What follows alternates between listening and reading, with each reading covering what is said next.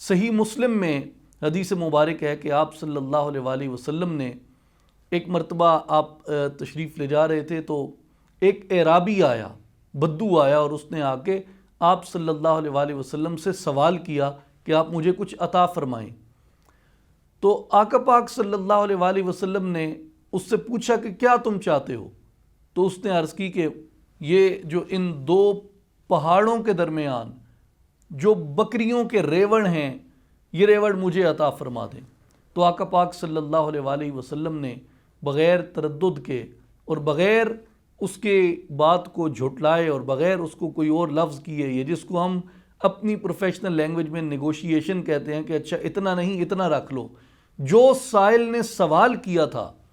آپ صلی اللہ علیہ وآلہ وسلم نے اس بدو کو وہ عطا فرما دیا، اور وہ وہاں سے اپنی بستی میں لوٹ کے گیا اور اس نے کہا کہ اے میری بستی والو،